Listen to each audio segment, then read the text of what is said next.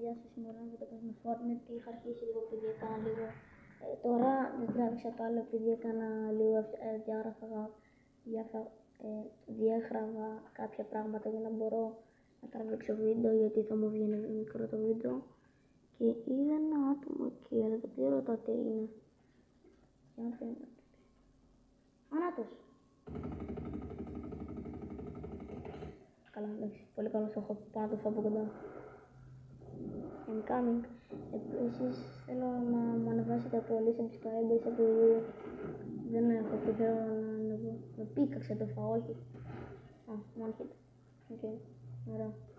Πολύ ωραία. Τώρα άμα θα βγει μικρό ή μεγάλο το βίντεο δεν ξέρω πότε με βαράει άτομο και είναι το νέο κουμποκάκι μου. Επειδή δεν έχω πολύ χώρο, αλλά θα κάνω και άλλα βίντεο όταν πάρω και λίγο κινητό επειδή το πολύ μου χάλασε. Και έχω και άλλο account που λέγεται Καπέλας 13 ή Constcap 13. Ψάξτε και κάντε subscribe please, γιατί θέλω να ανεβώ subscribers και στα δύο κανάλια. Και αυτό, τι άλλο να έχω να πω. Πάμε στο Fortnite να παίξουμε λίγο. Θέλω πάρα πολύ να κάνω βίντεο, αλλά δεν μου αφήνει το tablet μου. Τώρα άμα θα βγει μικρό ή μεγάλο, το αποφασίζει το tablet μου και διαγράψω και άλλες φωτογραφίες που δεν θέλω. Και μετά θα κάνω και άλλα βίντεο με Fortnite και άλλα παιχνίδια διάφορα με το φίλο μου.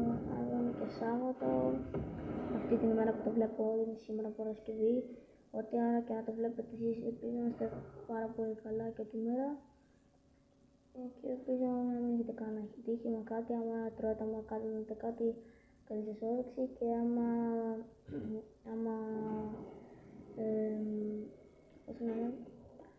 άμα είστε καλά ή είστε άρρωστοι κάτι.